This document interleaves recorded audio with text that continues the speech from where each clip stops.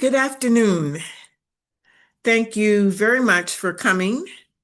I am Deborah McDowell, Alice Griffin Professor of English and former director of the Carter G. Woodson Institute, co-sponsor of this afternoon's event. As you know, at the start of this month, we marked yet another year of Black History Month. And you may or may not know that this is the 100th anniversary of Black History Month. Uh, as many of you also likely know, the celebration or the Black History Month was founded by Carter G. Woodson, known to many of us as the father of Black history. When Woodson founded Negro History Week in 1926, the nation was inching toward the winter that was the Great Depression. But in calling for a celebration to be observed annually in the week between the birthdays of Abraham Lincoln and Frederick Douglass, Woodson, ever attuned to the eloquence of the symbolic, expressed his lifelong faith in and commitment to the emancipatory promises of African American history. Negro History Week would eventually expand to Black History Month in 1976, the year of the bicentennial, and is now observed across the nation in rural hamlets, small towns, and urban capitals alike. And to this day, Carter G. Woodson remains revered as the father of Black history. In agitating for the creation of a national celebration of the heritages of peoples of African descent, Woodson sought to educate the nation about the intimate linkages between the cultures and societies of Africa and those established by persons of African descent. But more, he sought to remold the attitude of the popular mind by establishing that the Negro was, in his words, a factor in world culture, not the distorted creature and creation of social science. At the start of this Black History Month, allow me to acquaint some of you and reacquaint others with the man as well as the work that bears his name. Woodson was born in 1875 in New Canton, Virginia, Buckingham County, nearby where we are in Charlottesville, Virginia, a scant 10 years after the Civil War and roughly 2 years before the Compromise of 1877, which ended Reconstruction. The son of former slaves, he worked in the mines and quarries until the age of 20, obtaining his education during the 4-month term then customary for Black pupils. He graduated from high school at age 22 and immediately enrolled at Berea College in Kentucky, where he graduated with honors. After working in the Philippines as a school supervisor, Woodson returned to the United States in order to attend the University of Chicago, from which he received a BA in 1907 and an MA in 1908. Woodson then journeyed abroad to do graduate work in history at the Sorbonne. He completed his graduate training at Harvard, receiving a doctorate in history in 1912, only the second African American to earn a PhD in history at Harvard, the first being the eminent scholar W.E.B. Du Bois. Woodson went on to found the Association for the Study of African American or Negro Life in History, later the Association for African American Life in History, um, a learned society, and in 1915, the Journal of Negro History, now the Journal of African American History. The very next year, in 1916, in its first issue, issuing its first issue in January 1916. During Woodson's 35-year tenure as editor of this quarterly, it became the single most influential outlet for pioneering work in African American and American studies and African studies.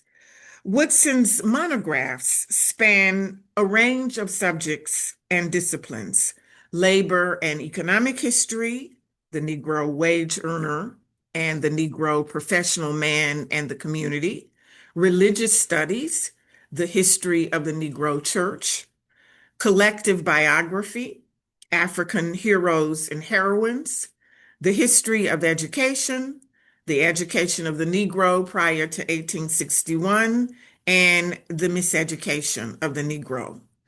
The latter, a collection of essays and speeches, which first appeared in Black newspapers.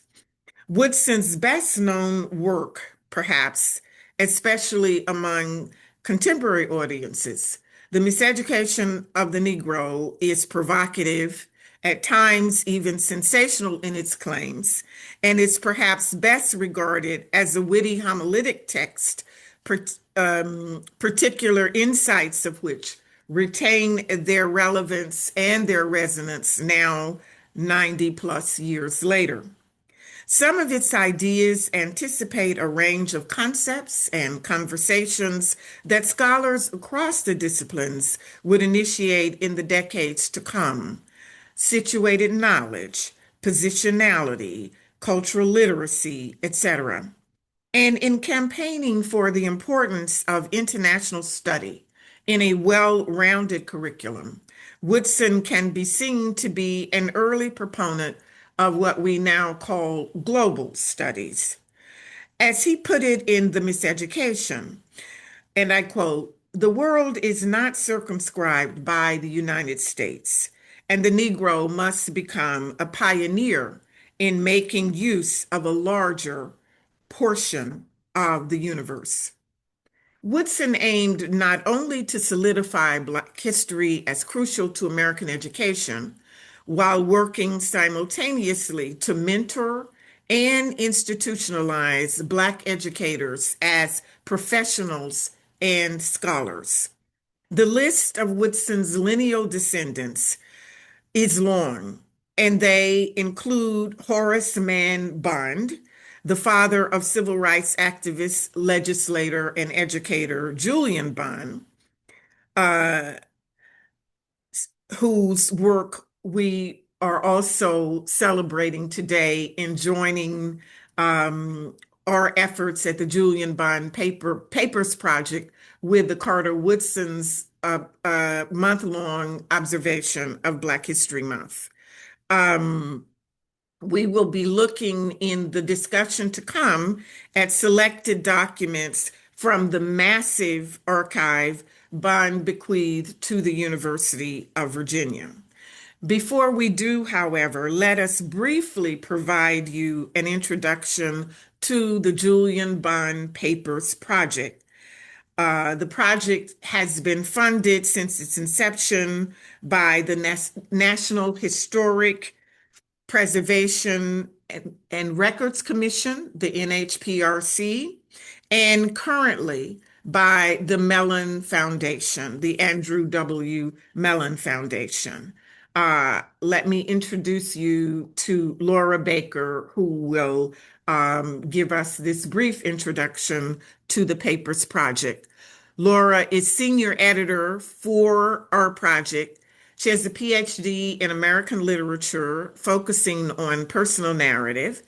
She has worked in higher education, journalism, and software development for a number of years, contributing to several documentary editing projects, including Founders Online, the National Archives Initiative to make early American presidential letters available to the public in one location. Thank you, Laura.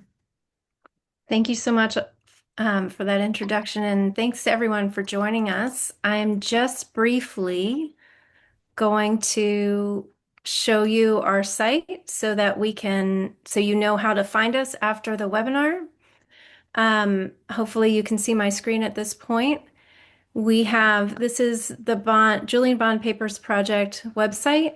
We've been around for a couple of years. As Professor McDowell mentioned, Julian Bond bequeathed an enormous manuscript collection to the University of Virginia, and so we are just about 4 to 5 years into trying to digitize and create access as quickly as possible to the over 50,000 items that he bequeathed to us. We're very lucky. So our site is here, bondpapersproject.org. There are a lot of ways to enter our content, learn about Julian Bond.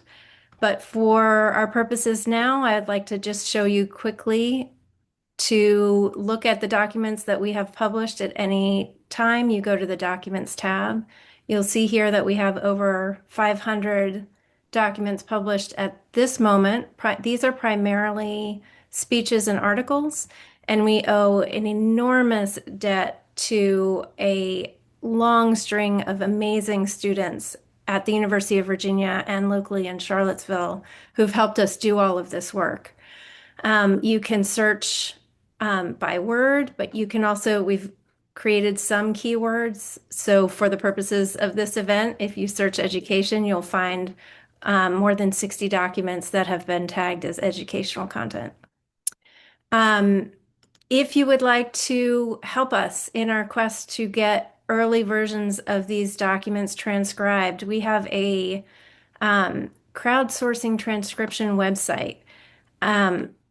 If you go back to the landing page, all you have to do is click Help Transcribe. That will take you,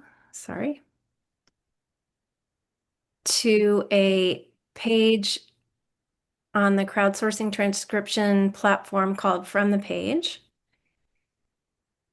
You click New Content and scroll down, and you start to see all of the materials that are available for transcription.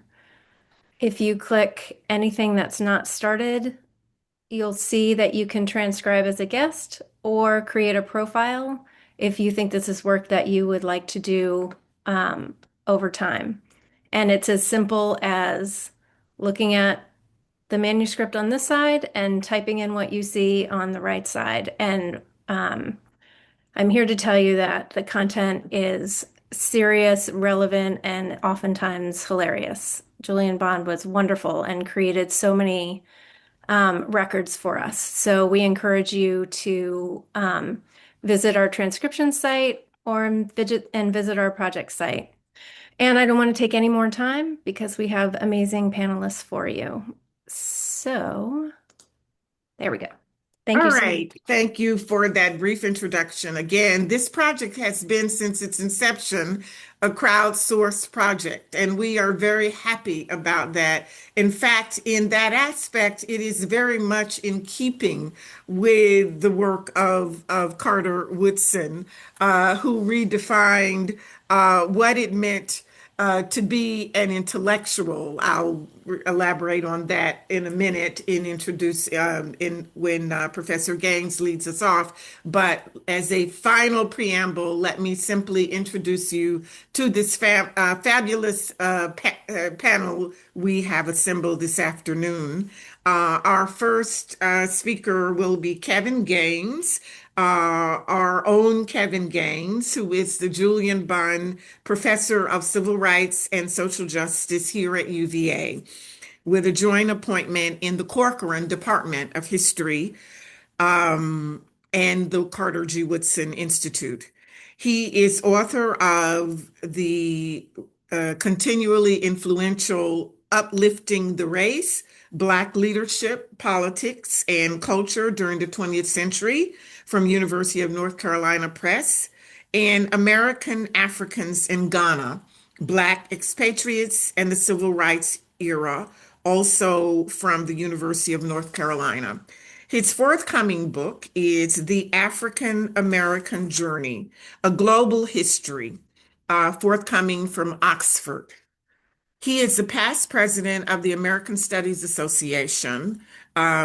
His essays, columns, and reviews on African American history, art, music, literature, and culture have been published in major academic journals, including American Quarterly, the American Historical Review, the Journal of American History, American Literary History, Small Acts, Radical History, and many, many more.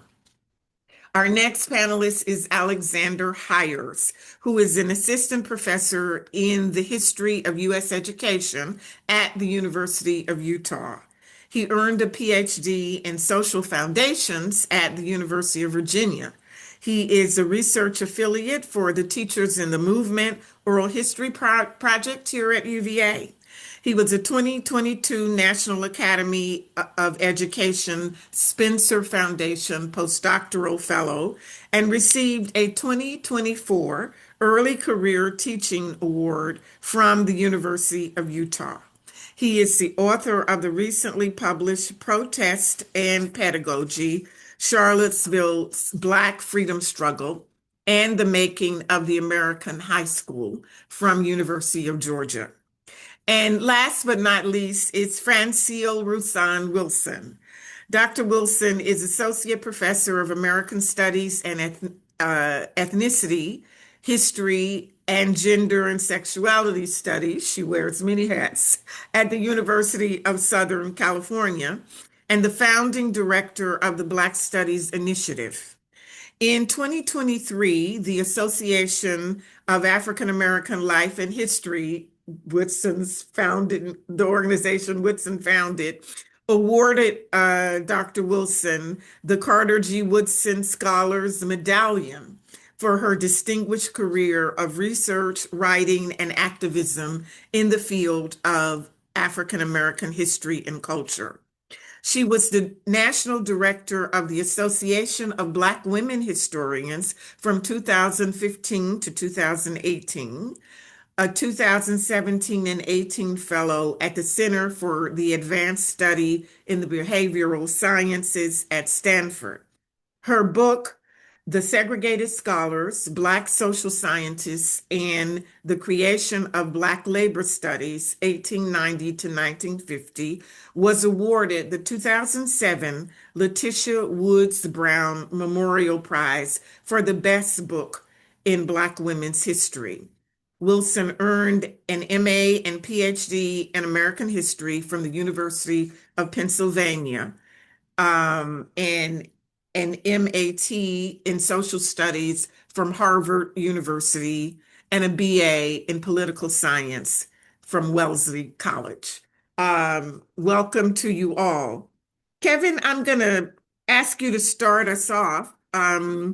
As we think about Woodson, as I observed a couple of minutes ago, among his many achievements was in redefining what it meant to be an intellectual by encouraging ordinary men, women, and children to become preservers in their own way of this history and to keep it circulating and moving throughout.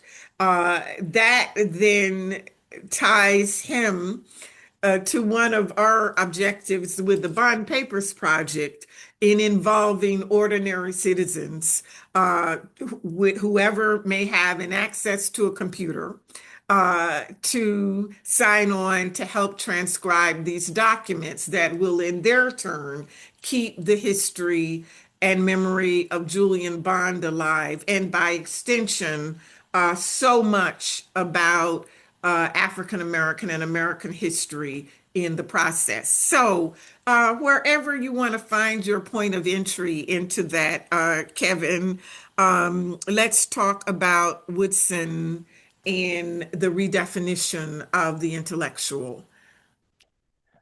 Okay, well, thank you, Deborah, for the introduction and for inviting me to be part of this panel. I'm really looking forward to the conversation. And I think when we usually think about an intellectual, we're thinking about somebody who is university trained, Mhm, as Carter G. Woodson was. mhm, He got his PhD from Harvard. Before that, I think he attended Berea College as well. mhm, So we think of an intellectual as university trained, but and then we also think of an intellectual as being based in the academy, mhm, working within the academy. mhm, And you know, this was not a luxury for Black scholars of Woodson's era. I mean, there were a few positions for Black scholars, Black historians at historically Black colleges, but you know, this was not the academy was just not an option for the growing numbers of folks who were certainly qualified to work in these institutions. But there's another aspect of the intellectual in which Carter G. Woodson breaks the mold, and it's really about his specific intellectual mission. Woodson is really challenging the erasure of Black history or the distortion of Black history, the exclusion of Black people from history, the notion which was pretty mainstream in the U.S. Academy at that time that African Americans, Black people had no history, Africans had no history. So Woodson is making an intervention, and this is an intervention that has to happen not only within the academy, but beyond it. His mission is to promote the study and research of Black history, certainly within universities, but to disseminate Black history and that research to the general public.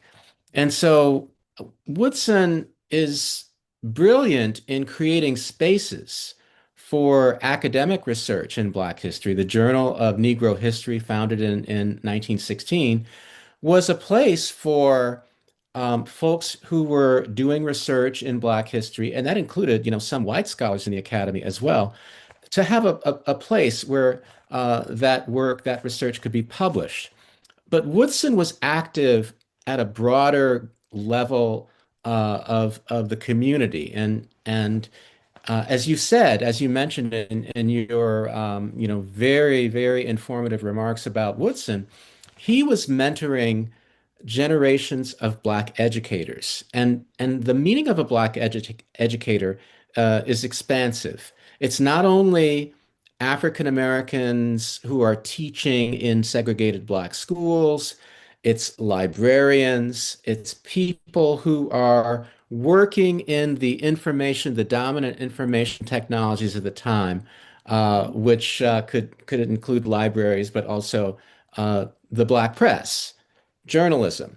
And one of the really brilliant things about Negro History Week was founded in 1926 was it took the study and research and teaching and lecturing and discussions of Black history way beyond the academy. So yes. Woodson is, I guess you could call him a public intellectual. You could call him an organic intellectual. He was the child of people who had been formerly enslaved. He was a worker. He worked in the coal mines in West Virginia, and he somehow made it to Harvard and decided that instead of taking that Harvard PhD and living a life of prestige, that he was going to bring Black history to the public, and not just African Americans, but white Americans who are very much the products of that kind of disinformation and distortion of Black history that was prevalent during the Jim Crow era. Yes. And I should say to the audience, we've envisioned this as a general conversation between and among the panelists. And so if anyone else wants to jump in to respond to Kevin, by all means, do so. Um, while you're thinking, I think you're absolutely right that Woodson's project was broadly expansive.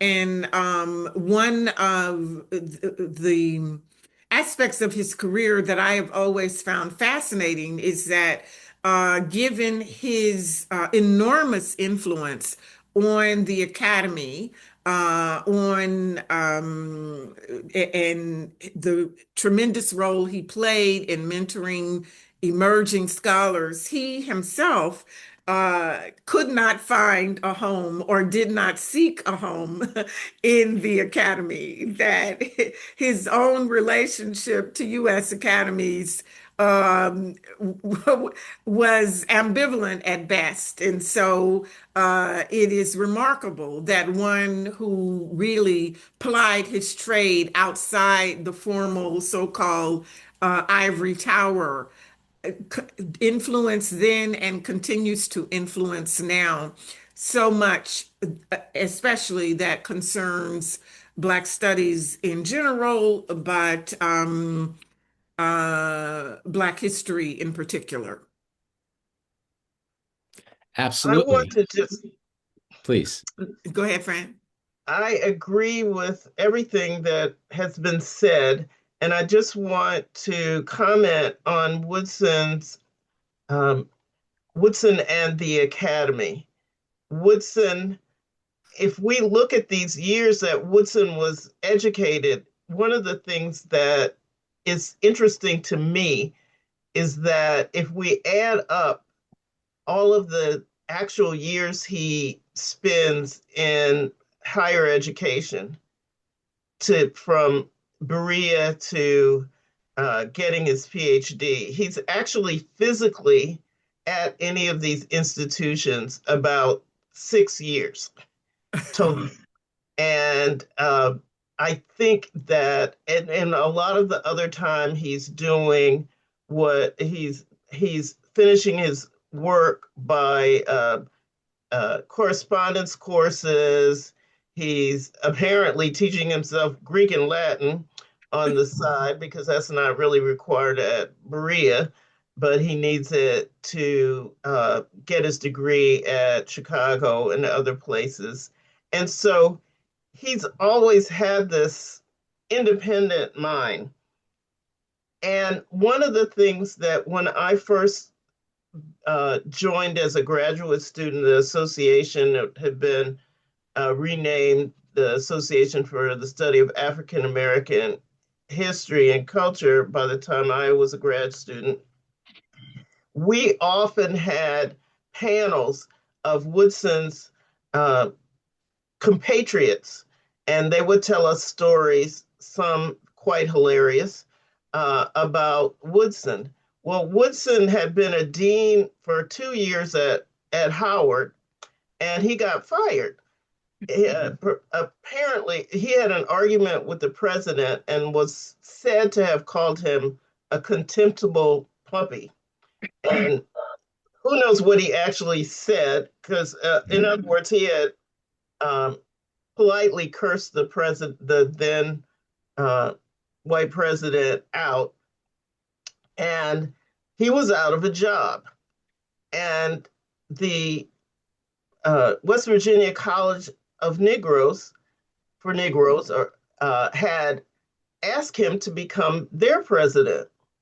And the story went, he told them to get themselves a lesser man. Mm. Yet, because he had no employment, he agreed to become the dean.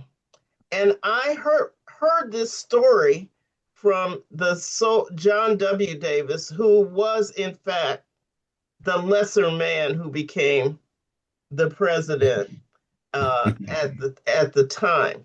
And so this was, this was, we could say it was apocryphal, but it's unlikely that Davis would tell this story on himself. And it really did, even if it is apocryphal, it's very Woodson, it's a very Woodsonian kind of remark. Yeah.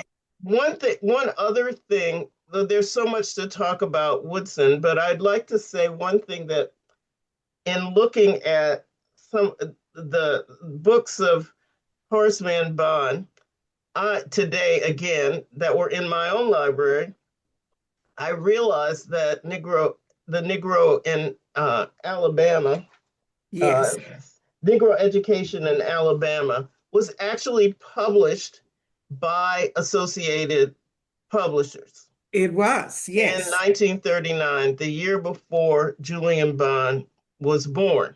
yes, So there was a direct connection between Woodson and the association. And the association didn't just publish Woodson's books. His associated publishers published so many titles from scholarly work. This was his Bond, Horace Mann Bond's dissertation to um, works. I also found in my parents' house, and now I have it, the Child's Education of the Negro, which Mhm. was written by a Indiana school teacher who was, you can find pictures of her, Ms. Shackelford, uh, and her children in integrated schools, as well as before she was teaching in Black schools. And Woodson, one thing Woodson did with these publications, he had the top Black artists of the time to illustrate them.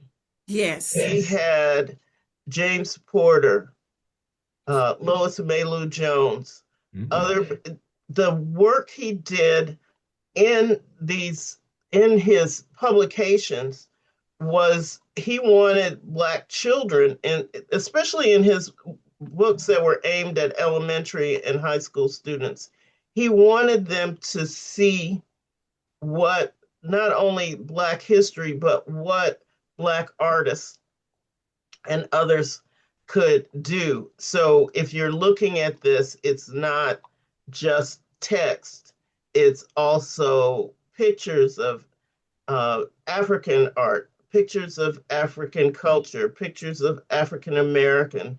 And these artists also illustrated the programs for the association. And I think that Woodson, we there's so much more than Black History Month or Negro yes. History Week. It's Hmm. the care that he took with this and how he provided, and the association still provides kits that had photographs and information. Yes, And about 10 years later, after 1926, the Negro History Bulletin, now the Black History Bulletin, began to provide lesson plans and programs for black teachers, white teachers, for anyone who who wanted to, and they were at low cost to hmm, send out these programs. And as Professor Gaines said, it wasn't just teachers, it was librarians, hmm, ordinary people. Here in Los Angeles, our author study club was formed by a librarian, Mrs. Bessie Wright, and postal workers in 1945. And Woodson took the train out from Washington to give them their charter. And they have been the official uh, the official organization that does Black History Month first week for for the city of Los Angeles. And so, the and there are, I don't know if I didn't count, but there are at least there are tens, probably 20, still 20 branches um, of the associations that really have regular non-intellectuals, non-scholars, as well as scholars that are all over the country. And these branches are still being formed today. Florida has some of the largest number of branches. I do know that for a fact. And Some have over 100 members in them. So what Woodson envisioned was that Black history would be a collective effort, not Yes. just his effort. And, you know, I'm just following in the ways that Professor Gaines explained how so many people were involved. And that is, I think, one of the brilliant things that Woodson did and was responsible for. Yes, absolutely. Thank you. Francille is a font of information of Yeah. precisely this kind. And as you were talking about the story and wondering whether it was apocryphal or not, it came to my mind just randomly, but not big. But this isn't apocryphal. That Woodson's tentacles ran far and wide. Langston Hughes, the poet Langston Hughes, was once hired by Woodson, but apparently did not do a good job. This was, yes, Woodson came upon him. One of his jobs was to tend the boiler. And he, along with other people, and Woodson somehow came upon his employees playing cards. Oh. And he didn't fire them, but he laid down the law. Hughes eventually left Woodson's employ, chafing at the restrictions as well as the indefatigable work ethic that Woodson had. Hughes was reputed to, by his biographer, um, Arnold Rampersad, to have said, "It hurt my eyes.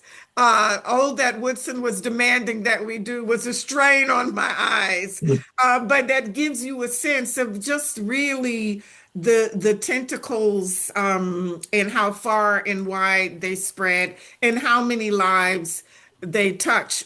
Hughes, as you know, would then go on to become a celebrated poet, published poet, but whose early days in paid employment began with Carter Woodson, who often used his own resources. That is the other thing, that when Woodson described his mission as a cause, I mean, it truly was a cause into which he drew many, many people, in formal, informal ways alike. Okay, we could go on with these anecdotes forever, but let's continue here. Um, One of the things that, I mean, we're here to try to link Woodson's legacy to this vast archive that Julian Bond left to us, a trove of speeches and letters and all manner of materials. And what in one of the speeches that we sent out for panelists to read, Bond is describing the state of Black education after Brown. And I just want to read a brief passage. In this speech, he writes, "Thousands of Black school teachers lost their jobs as Black and white schools merged. Lost too was history, revered school names, mottos, mascots, traditions, plaques, trophy cases, school colors, all the artifacts that honored Black achievement disappeared. Black students found themselves in formerly all-white school buildings that retained the character and identity acquired in the segregated past. Booker T. Washington High School vanished. Robert E. Lee High School persevered." Bond makes this observation in one of the many speeches he gave, and he often gave many of these speeches actually at the invitation of people who were observing Black History Month. And Mhm. so that made me think, Alex, of your work with Derek Ulrich on Teachers in the Movement. although that is not the only connection you could make to this passage. But again, finding whatever point of access you'd like, think about this passage that in which Bond is lamenting one significant juncture in the overarching development of Black education. Mhm. Yeah, and thanks for inviting me to be here. I feel honored to be part of this distinguished group of scholars, and I think um, linking together the work that Carter G. Woodson did with Black educators, Mhm. um, and as they were working in this space, as you in the quote that you mentioned, the loss of jobs for Black educators and the demotion in some cases from positions where they were either principal or held one position in a high school and demoted into an elementary position where they may not have been trained, didn't have expertise.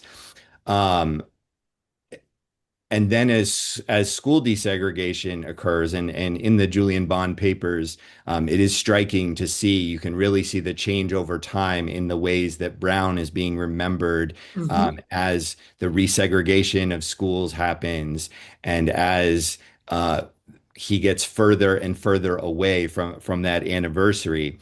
And I think linking the work that Woodson was doing in terms of fighting against Black erasure and Black history erasure, we see that come up again, as you noted, with Black high schools and Black schools being closed.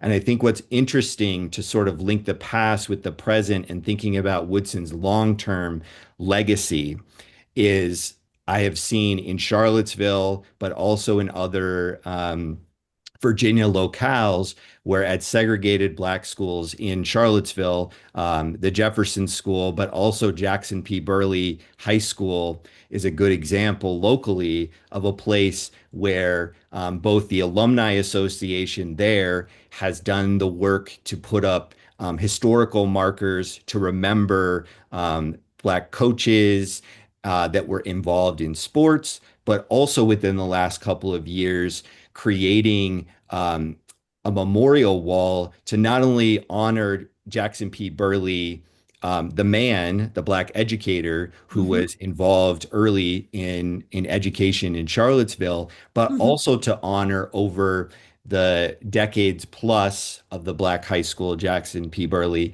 High School, being there and remembering all of the individuals who were involved, and to the point of the broadest sense of Black educators, that memorial wall includes the names of teachers, it includes the names of custodians, it includes the names of staff members. And when I interviewed one of the educators who was involved in that, Miss Pat Edwards, I thought it was interesting. It was not only we wanted to remember in Charlottesville, but there was also this competitive nature of saying, well, we heard that Dunbar High School in Lynchburg had gotten a wall that remembered all the people who had been at that school, and we wanted to keep that competition going. And so even that memory of we played them in sports, we were competitive in all of these different extracurricular activities. And so that memory of saying we're not only creating this physical memory, but we're tying it also to spaces around the state. Ah, wonderful, wonderful. Any thoughts for anyone on the panel, not just you, Alex, on what parts of that legacy we may need to resurrect, especially in light of the repressive climate we're experiencing at the moment? Yeah, I can just speak to that real quickly and then open it up. I Mhm. think um, living here in Utah, which we are leading the nation in something that I would rather we not lead the nation in, which is banning books, and the attack on not only Black history, but also other histories of marginalized peoples Mhm. in the United States. And Mhm. so I think as I in my role here at times work with pre-service or in-service teachers, drawing on some of these strategies from what my colleague Jarvis Gibbons would say, fugitive pedagogy, Yes. and drawing upon those strategies for how we navigate this moment and what does Mm-hmm. it look like to um, navigate what's happening, but also still try and make sure that students have the fullest and the correct history of this country and this local area. It's an ongoing push. I will say too that while things are the same, the challenges that we face because of artificial intelligence and other technologies make this particularly challenging. But at the same time, I think there's ways that we can draw on the past to make sense of what to do and how to operate in Mm-hmm. this current climate. Mm-hmm. Any other thoughts from either of the other panelists about this before we move to another question? Um, I could also add that what lay behind this question for me is not only that quote that Bond gave, which is devoted, alas, to delineating the various casualties to whatever um, efforts school districts were making toward desegregation, but it brought in mind not just the lamentable, but parts of my own informal education. I was first introduced to um, many aspects of Black history in the neighborhood, particularly in the church, where we children were trained in dramatic arts, in the arts of oratory. So on every Wednesday, you'd have to go to the church basement and you would get your piece that you had to memorize by Sunday and then recite. So there was always poetry, or there was always some passage from Frederick Douglass. I mean, even Lincoln's Gettysburg Address. And so education was very much not the sole province of the formal schoolhouse, but was done in part in communities. As I read today, I think I didn't have a chance to actually read the story. I just read the headline about the superintendent of LA Unified Schools having his home raided this morning and the Office of Education raided with some charge related to some charge of discriminating against white students. And so just thinking of the various forms of repression we're observing currently, not just in book banning, but in many other arenas that we could name, uh, it I don't want to say it's consoling, but it helps to be reminded that education was always going on outside the reach and outside the control of those empowered to repress, of those empowered to resist. Kevin, did you? I see. Yeah, yeah, yeah. Go ahead. Go ahead. Yeah, I mean, I think Julian Bond is in these speeches, and certainly what Alex was saying about as these as these speeches represent snapshots of different moments of time, and as we get farther from 1954 and the Brown decision, Bond's view of the unfulfilled promise of Brown Right. becomes very pronounced and quite somber. But I think Bond is talking about when he sort of uh, remembers the movement and remembers his participation in the civil rights movement. And the massive resistance to the Brown decision in the South. I think he's remembering a society that was was was divided in terms of race, but also two different, very, very diametrically opposed uh, systems of reality. Hmm. And a lot of it had to do with the evasion, erasure, denial of Black history and the realities of Black oppression by, the white South, Hmm. and not just the white South.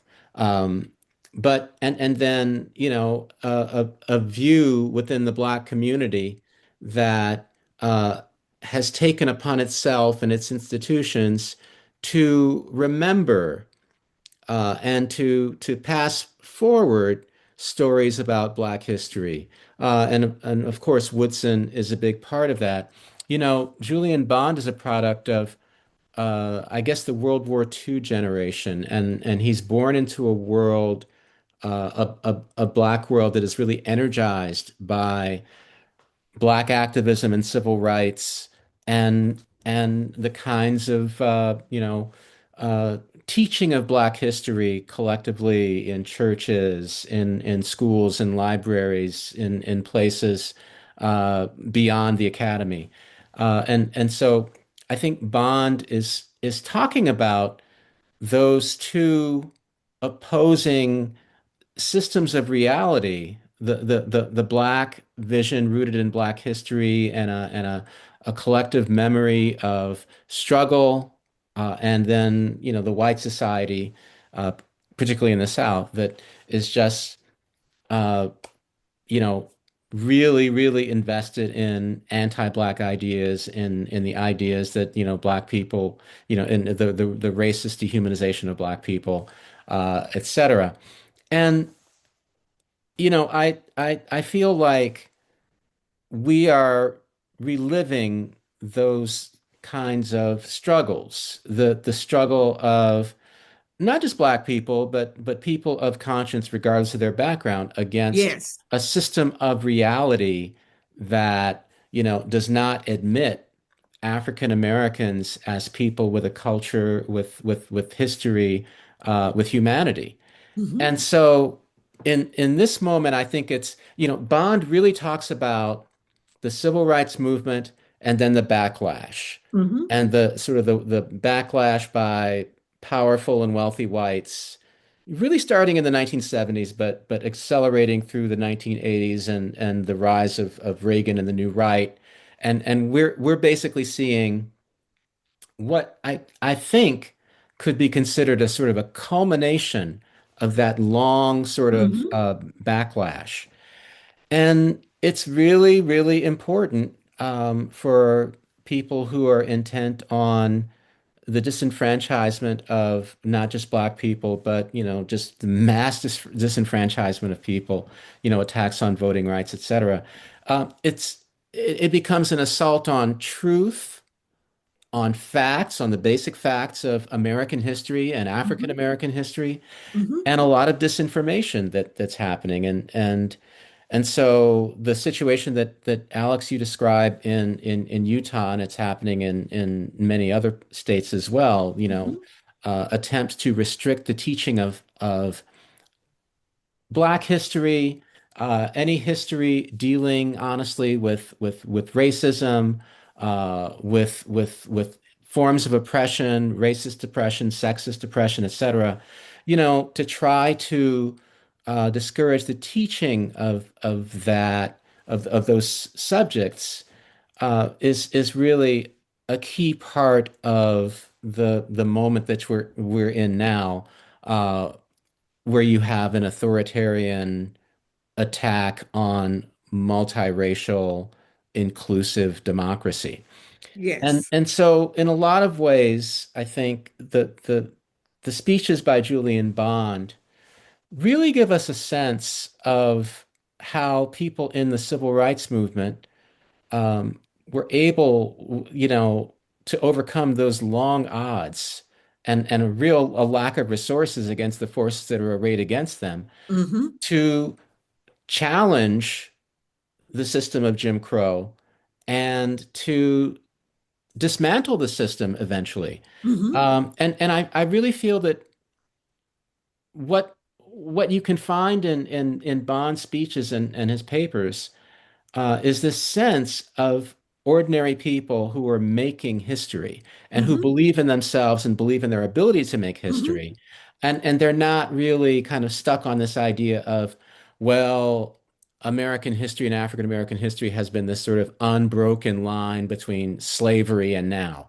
And Hmm. that, that all of American history or all of Black history is basically just a single story Right, of white on black, right, oppression right, and power. right, So right. I feel that, it's really important. It's more important than ever. I think Carla G. Woodson would want us to think of Black history as a required assignment, as something that Yes, we have to do, not something that you can just do as an elective. And right, exactly. I feel like Carter G. Woodson in that view is telling us that, Black history and studying Black history, teaching, talking about it is really urgent It for is, the moment yes. that we're living in right now. Yeah, it is absolutely urgent. Couldn't put that any better. Anyone else want to insert here?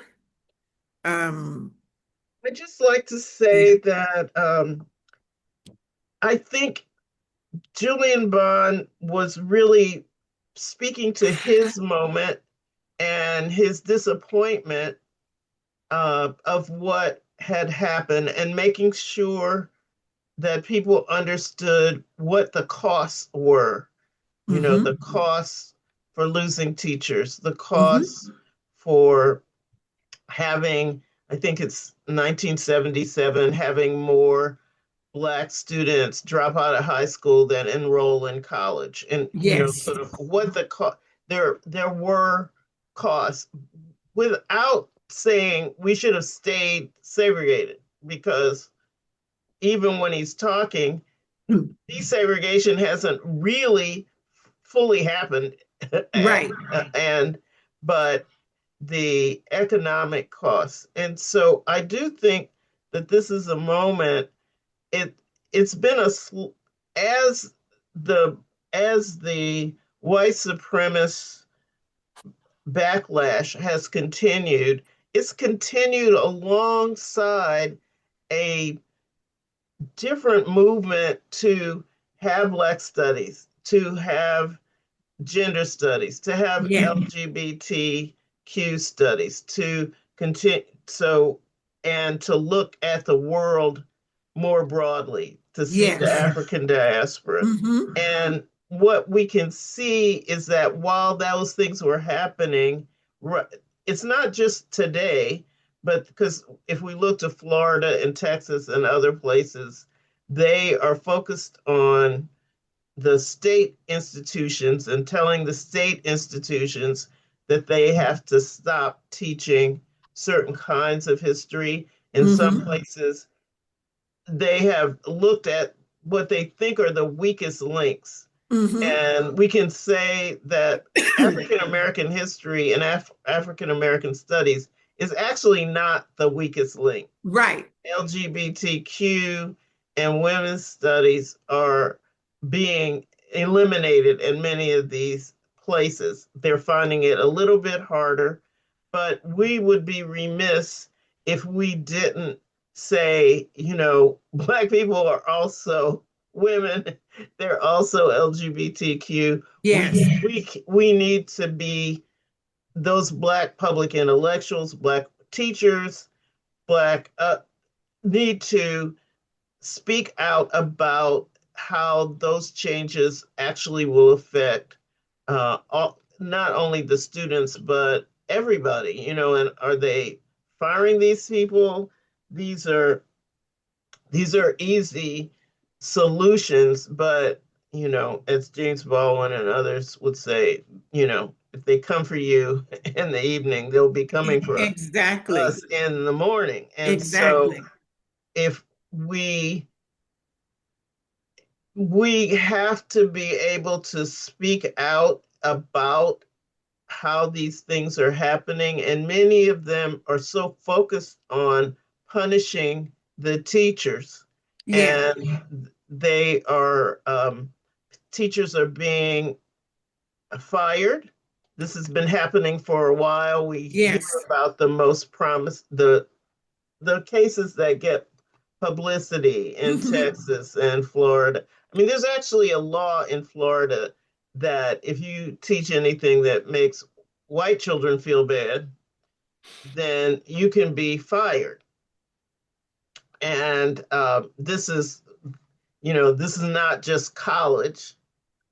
There's long been a law in Arizona that says, you can't teach Mexican American history even as an elective in high schools because they object to the fact of teaching students that people of Mexican descent were in Arizona before it was part of America, which just seemed, I mean, there should be some ways to talk about how they're pushing a counterfactual history. Yes. And anyone could should be able to see that, well, what's wrong with teaching that, you're trying to Hmm. create a counter something that's counterfactual. Hmm. But I think we have to speak out about all of these things, not just say, Black history. And I think this is where we see the kind of strategies that Julian Bond came up with when he was a legislature, how he was willing to work with some people if he thought that was going to help a larger project, whilst knowing that he was only in the legislature because he won a Supreme Court case because that had prevented him from being in the legislature. Hmm. So I think that we see a lot, but we also know, as you mentioned, Debbie, that Bond is aware that he is of a generation that learned Black history from their parents, Hmm. from church, from other places, Hmm. and other than the school. And yet we have to say, well, our children today, they're, my college students were born in and after 2005. So where did they get this, learn about Black history? And my students, typically of every race, are just surprised when they take African American history courses, and their first reaction is, why why am I just learning this now? Yes. Exactly. So they aren't Exactly. getting they aren't getting it in church. In fact, I have trouble getting students to say more than one of the Ten Commandments. So there's a lot they aren't getting in church. Well, this is very true. Nor should that be the responsibility of the church. That just happened to be a part of my own biography. But, as you talk, so many things occur to me about Bond that link him to Woodson in general.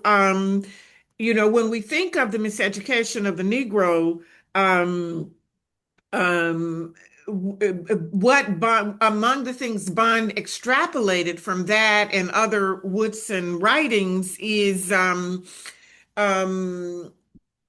the link, the implied link that Bond makes to the structural impediments uh, in education that lead to disparities in all areas of life, from economic disadvantage to poor health, disenfranchisement, disproportionate environmental impacts, and the list goes on.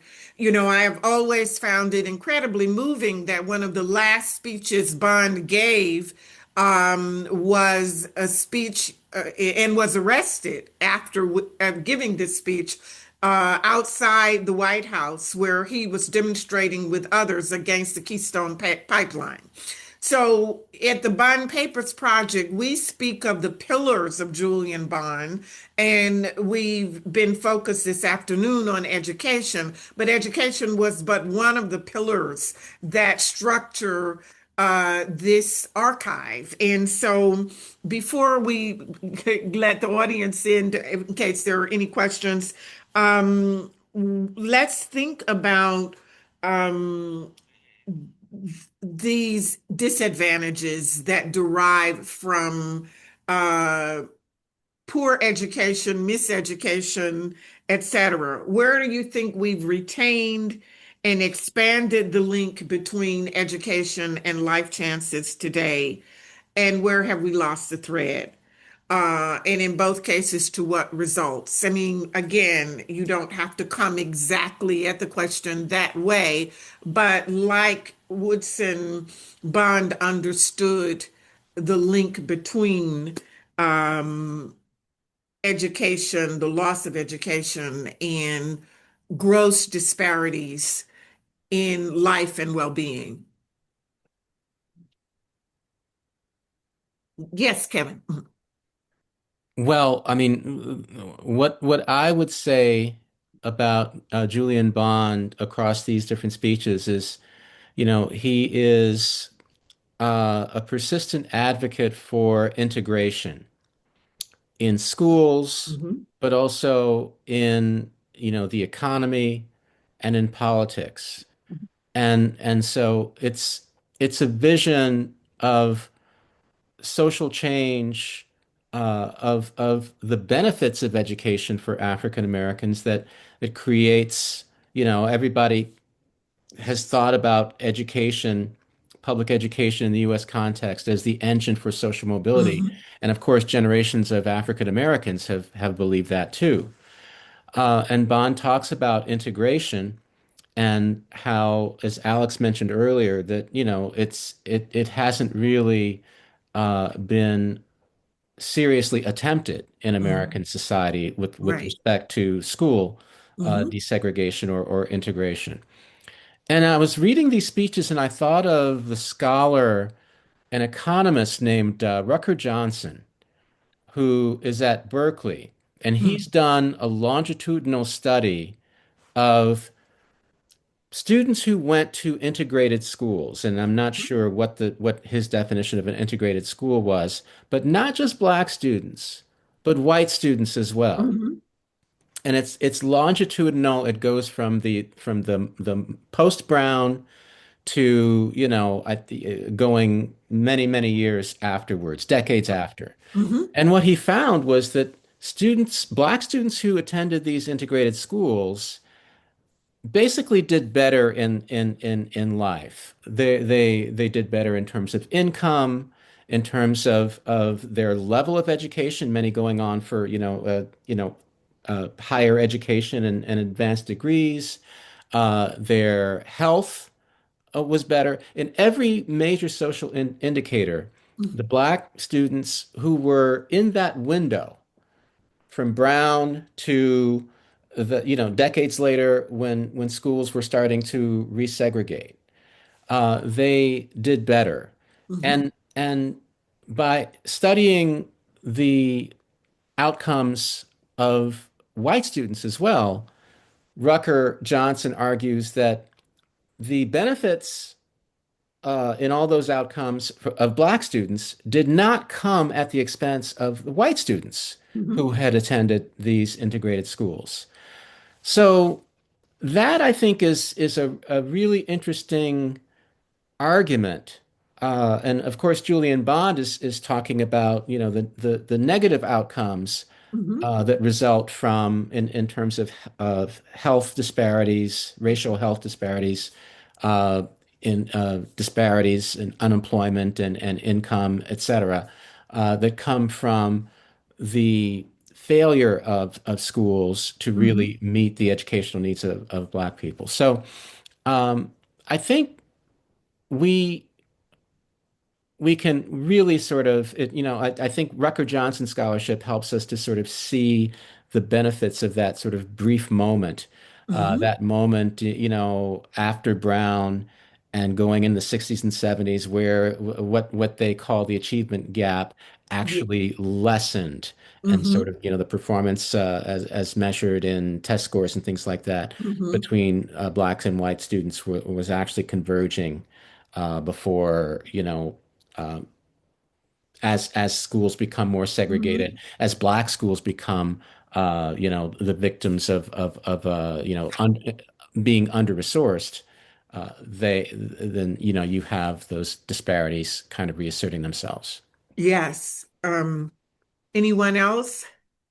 I thought before we check to see if we have members of the audience who wish to ask questions, I would mention, Laura alluded to at the outset, Julian Bond's humor. He was very, very funny. His insights were trenchant, but the ways in which he sometimes delivered those trenchant insights were arrestingly funny. And these won't necessarily be these aren't among the most hilarious, but in talking about the failed promises of Brown and talking about the failures of desegregation in the schools, and in talking about the failures of the court to enforce Brown versus Topeka, Bond says in that concept of all deliberate speed, which he says added to the lexicon of ignominious judicial pronouncements. All right. But he then went on to say, which translates as make haste slowly, any conceivable delay. And he goes on in these veins, to discuss this lamentable set of developments, but in ways that are quite humorous. And I think too that that humor ties Brown to Woodson. Among the many, I think Francille, you introduced me to this Woodson concept, which I have never forgotten and use it at every opportunity, where Woodson is talking about the racial politics of cooperation, where some do the coing and others do the operating. Do I have that right? Yes, and it's blacks that are coing and whites that are doing all the operating. And Yes. so much of I agree that they're really tied by using humor, which is a long-standing way that Black Americans, from Woodson to Bond to Malcolm X, use humor to, like get their basic points across. And there's a place where it's so Woodson is very funny in the Miseducation, at Yes. least to me I and would agree. Mhm. others. And there's a way in which he can use deprecating things, just with the way he talks about Black officials who kowtow to segregation. He calls them assistant oppressors. They Yes, they right. aren't, like they aren't really fully oppressors. They're just assistant There are, oppressors. And that is exactly. so much stronger than say call it, really calling them out in other kinds of ways. Yes. And then he will balance that by saying, Nanny Helen Burroughs is, like the only person that's worth anything, that, I see doing things. And uh, when you are a kind of a student of the 30s, you realize that he's actually calling out very specific people. Uh-huh. And so I know that people reading it in the 30s are aware that he's, talking about the urban league leaders and other kinds of people, especially the Commission for, interracial cooperation, which he clearly feels is somewhat useless. And I can remember in the late 60s, many of us that were college activists, like Julian Bond, saying, and I don't think this is fully apocryphal. It might not be, I might not have the right exact quote, but he was supposed to have said, I like Ralph Bunche, but I can't eat him for lunch. So going to the idea that we're really talking about economic changes. And Right. it's one thing, we're not going to give up our appreciation for Dr. Bunch, but when it comes time to actually see how economic changes might have taken place, just having him in the background does not get us a hamburger or Precisely. anything else. So Which is, yes, reminiscent of Ella Baker in the famous speech, the hamburger, the lunch counter, yeah, all of that. I want to be sure I don't see questions in the Q&A, but to those of you still with us, do you have questions you'd like to put in the Q&A, or should they put them in the chat, Laura? Any way is fine. We'll see them. Okay, if anyone in the audience has a question in our remaining 10 minutes or so, please let us know or put in the Q&A or the chat, either one, and we'll keep our eyes peeled on that. While you're thinking, I just pulled up a couple. I was looking for a couple of the things that make me laugh. I have a great job reading these papers all day. And the first one that came up is a speech from 2000 where Bond says, we look at Justice Thomas and see a contradiction in terms. Yes, he So can be, simple. yeah, very simple. Yeah, very simple. I had pulled while we're waiting, I had also pulled a couple of passages from a speech. Those were the days when the president picked the Supreme Court and not the other way around. That was during the era of Bush v. Gore. Those were the days when we had a war on poverty, not a war on the poor. Those were the days when the news media really was fair and balanced and not just cheerleaders for the powerful. Um, and it goes on in this way. He was also very alliterative. Bond was, I always joke and say, we English majors claim Julian Bond proudly because he was an English major. He wrote poetry, and that love of the lyrical uh, um, permeates his speeches and his phrasings. Oh, here we have something in Q&A. Let's see. Any recommended reading other than the books already mentioned, including the ones you all wrote? Okay. Let's see. What is an easy way? Um, well, Kevin Gaines, in the introduction, let me mention a couple. Kevin Gaines' book, his first book is Uplifting the Race. Let me find my notes. Um, Francille Wilson's book, which I'm happy to say parts of which were written in my very own house, uh, is The Segregated Scholars. And Alex, would you please give the name of your book? Yeah, so protest and pedagogy. I'll put it in the chat just so that people Yes. can Oh, look at good. that. Yeah. Good. Okay. And then Kristen, is that I think the person who raised the question? Yeah, Christine. I can be easily reached on email at UVA and can get you other titles. Kevin, would you please give me the title of your second book? Sure. It's uh, American Africans in Ghana. Uh, and it's Black expatriates and the Civil Rights era. That doesn't mention Woodson, I don't think, but my first book does. My Mm-hmm. first book has a little section on Woodson.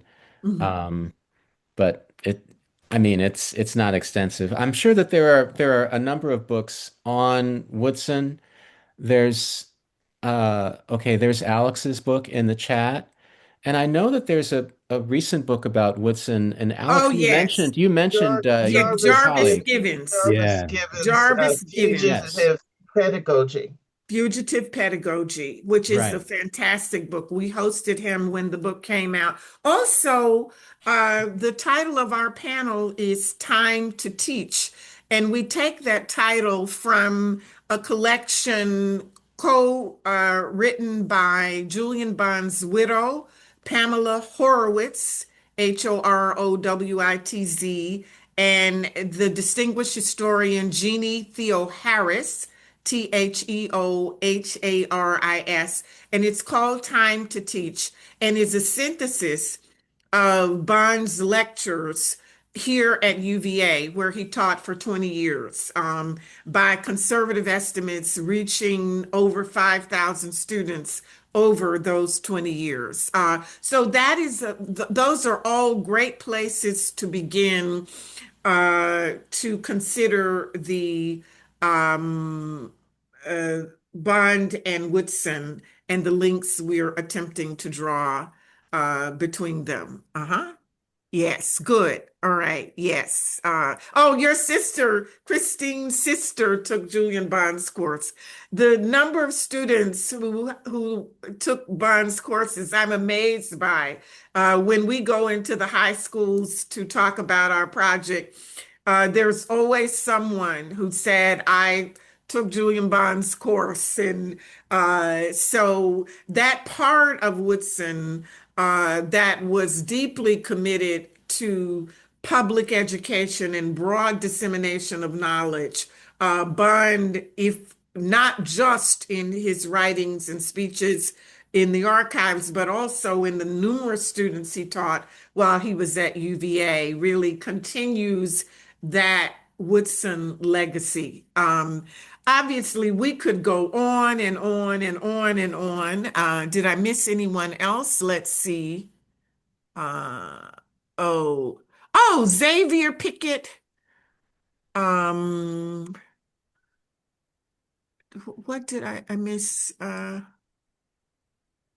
Do you, this is there, we have a question about the passing of the Reverend Jesse Jackson. Oh, yes. Are Okay. there connections between him and Julian Bond and the Bond Papers Project? Any reflections from the panelists on Reverend Jackson and the connection to Bond?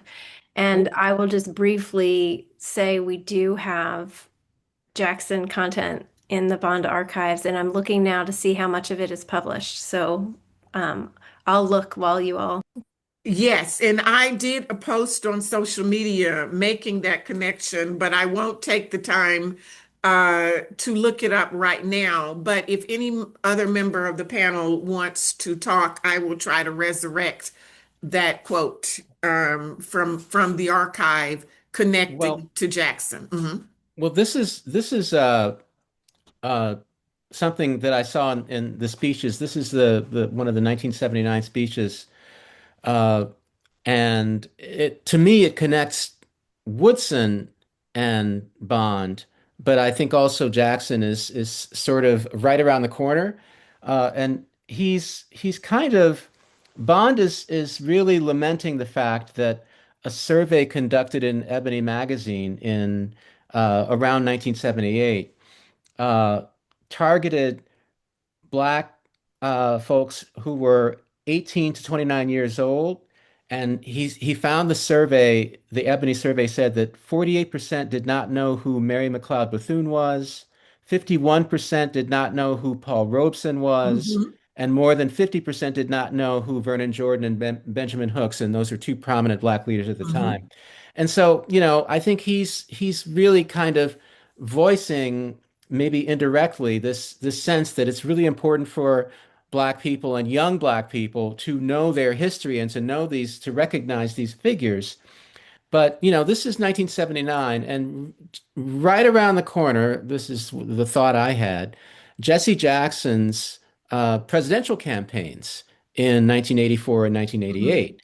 And what those campaigns did was it rejuvenated African American voter turnout. One of the things that Bond notes in this Ebony magazine survey is that Black voter participation and turnout was low at this time, was at least among those surveyed. And so it just reminded me that uh, Jesse Jackson really revitalized Black political behavior and registration and turnout. And this was a really important the elections in which Black people really sort of had an impact. In 1986, the Senate was taken over by the Democrats, and this was an important check on the power of Reagan and the new right. So that's kind of a contrived connection between Well, Julian Bond and Jesse Jackson, but yeah. that's wonderful. I have resurrected this post from 8 days ago. As the tributes to Jesse Jackson pour in, I think of Julian Bond's remarks about Jackson's two presidential campaigns. In 1984, Jesse Jackson had been the candidate of Black America. In 1988, he became the Black candidate of disaffected and alienated America. Unemployed meat packers. Let's hold on a minute. Unemployed meat packers. Can I find part two? Dispossessed farmers, urban blacks and browns and rural whites, people with AIDS, farm workers in southwestern fields, the elderly, the handicapped, women paid less than men for equal work, a small but real rainbow coalition of many colors and many parts. This is from the Bond Papers Project, document 368. Laura, it's the papers of Julian Bond's speech concerning the 1988 presidential election.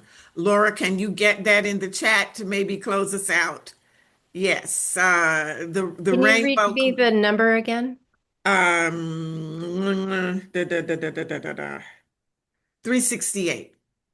Absolutely. Mhm. And as a teaser, I was trying to find, we are in the process of digitizing so many things that are not yet available, but we do have a copy of the announcement of Jesse Jackson's presidential bid that he sent to Julian thanking him. So it's a signed copy where Jesse Jackson thanks Julian Bond for his friendship and support as he moves into the stage. So we will be publishing that as soon as we are able. But Yes, we have tremendous, tremendous documents in this collection. right. We want to thank our panelists for their always stellar insights, and the audience for coming. Please check into our website as often as you feel an urge to, and as often as you feel an urge to transcribe. This is truly also a people's project. Since we launched it publicly in 1918, not 1918, where is my brain? 2018. And we launched it, the public part of it, with the transcription the year after the alt-right march in Charlottesville.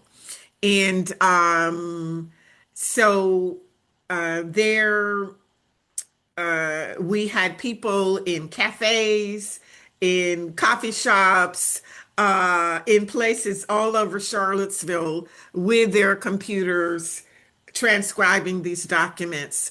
This way, we keep the work of Julian Bond alive. We keep it accessible. Our goal has always been to have this site be free, searchable, but most importantly, accessible to the public, free and accessible.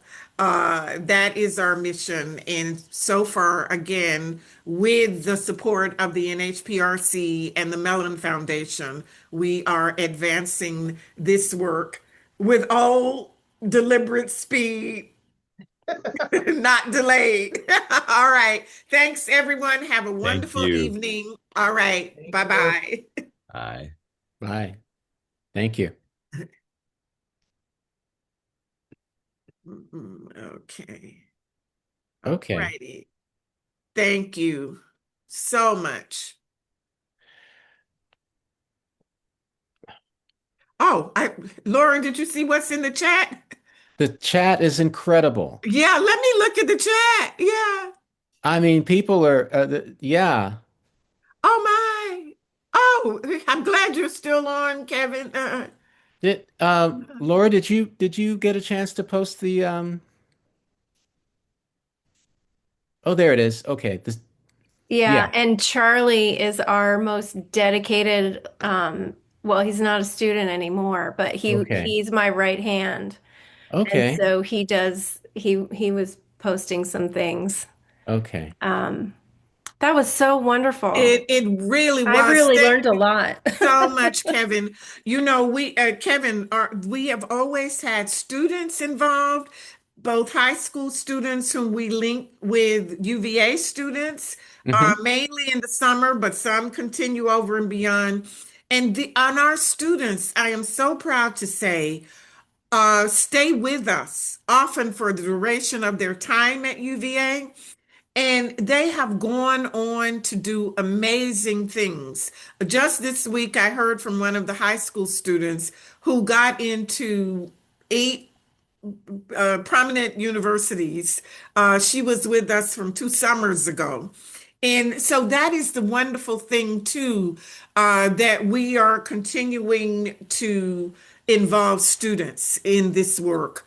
And some of them have interest in digital editing, but others go on, as Lisa Woolfolk's son. He was with us from